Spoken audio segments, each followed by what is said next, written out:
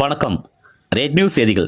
விழுப்புரம் மாவட்டம் திருவெண்ணநல்லூர் மங்களாம்பிகை சமேத கிருபாபுரீஸ்வரர் கோவிலில் ஒவ்வொரு ஆண்டு மார்கழி மாதத்தில் வரும் திருவாதிரை நட்சத்திர தினத்தன்று ஆருத்ரா தரிசன விழா நடைபெறுவது வழக்கம்.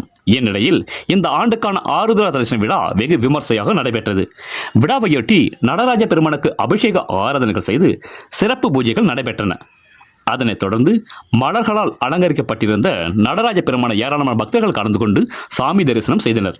இந்த விழாவில் நடராஜர் சிறப்பு அலங்காரத்தில் மாடவீதி வழியாக ஊர்வலமாக சென்று பக்தர்களுக்கு அருள்பாலித்தார். விழாவில் திருவெண்ணநல்லூர் மற்றும் சுற்று வட்டார கிராமங்களைச் சேர்ந்த ஏராளமான பொதுமக்கள் கலந்து கொண்டு சாமி தரிசனம் செய்தனர். ரெட் நியூஸ் தமிழ் செய்திகளுக்காக திருவெண்ணநல்லூர் தாலுகா செய்தியாளர் வெற்றிவேல்.